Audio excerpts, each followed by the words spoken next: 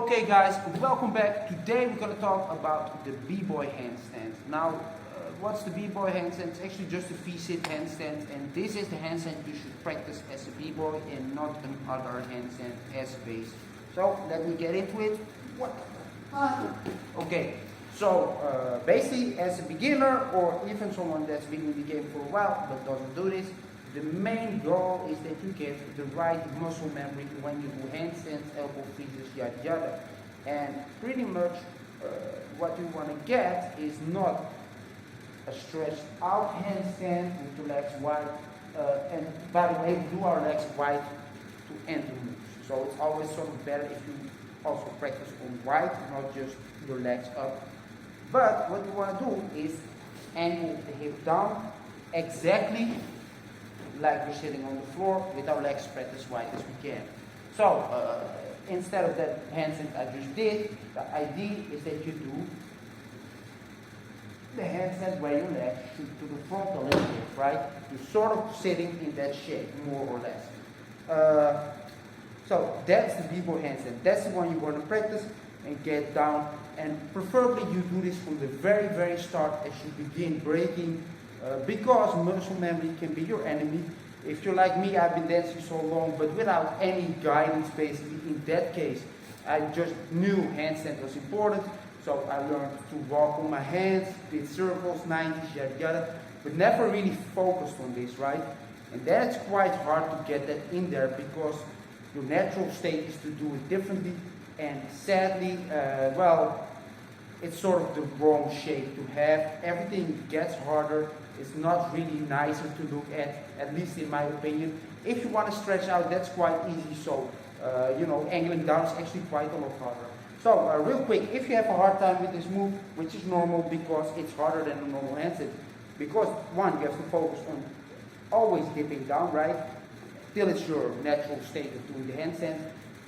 But the legs that wait and pull you back to the floor, sort of. Usually, the trick is to push your hands a little bit wider than you normally do, because in this move, because your legs still down, it's quite normal that when people sort of start to planche a little bit by bringing the arms more down, and then you're simply not doing a real handstand, right? So, do that move, but make sure as you reach that point, you lift the hands a little bit more. That's quite good, and then you'll have it very steady, and you just get it down like that, right, with that V-sit. Another reason you might not be able to do it is you're simply really not strong enough to hold that handstand like that. Your legs always start shooting, yada yada. Basically the idea is to pull your legs into your body, and what you can do is simply do the tuck. That's not really wrong. You can start with the tuck and slowly work that you can stretch your legs also. So that should look like this. I'm still holding a handstand. My hip is still tilted forward. But this time I bend my legs, and the deeper you can pull your legs in without really stressing that handstand, the better it is. But if you're in that line, that sit line, you're pretty much good, guys.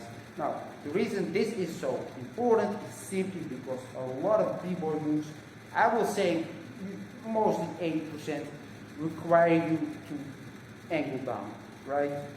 Let's take a random move, the air flare, angle down, the air chair, angle down, the invert, angle down, all kinds of power moves, angle down, right?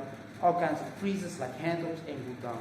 So basically, I notice it all the time, especially as you get to that level that you want to do crazy transitions, let's say from your elbow to up, as an example.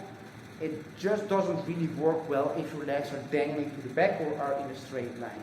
So in those cases, it's just a huge, huge plus.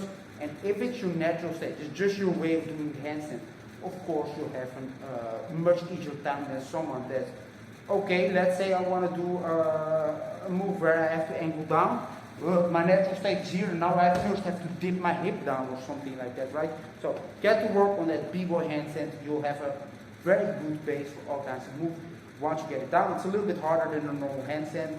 And yet again, like I said, there are people that are just amazing, but simply fully stretch out, right? And some people really like that shape. I still suggest you just work at that b-boy handstand, because that normal handstand where you stretch out more, it's simply easier, guys. You can easily do that when you can do good hold handstand, right? So that's my suggestion. Work at it as much as you can as a beginner. you will have a great time if you start like this. Of course, because you build up from the start, this is your normal handstand. That's how you always do handstand. And at some point it becomes obviously very easy to also try to do all kinds of moves with it, like transferring the weight, going on one arm, walking in circles, yada yada. But always focus that when you do that, you have that V sit or the tuck sit, so you get a great base, guys. Instead of like, for instance, like me, obviously I can do all that stuff and with angled legs. But it's always thinking for me, like, okay, don't forget to angle the legs. Go angle the legs and do those moves, right? So you don't want that. You want the natural base to be very solid and very good with your hip angles like that.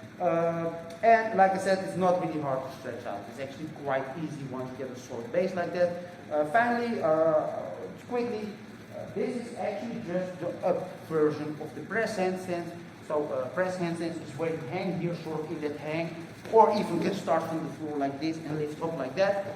And as you reach that sort of hang position, you simply tilt the hip up. So the press handstand is an awesome move to sort of work at and get down. This can also help you with moves like flare to 90 because it's the same lift more or less. So I suggest after you sort of get comfortable with this handstand, also working with press. Down, up, down, up. That's what I did back in the day also a lot, right? And it can only benefit you. So I'm in a half press and I lift up like this and hold that V-sit handstand, what you want as a natural state and not something you have to think about. Guys, get to work with this move. If you're already sort of in the b-boy game and you always do stretch out handstand, don't worry about it. Life is life, but start working on doing the handstand like this and you'll have huge benefits. See you next time.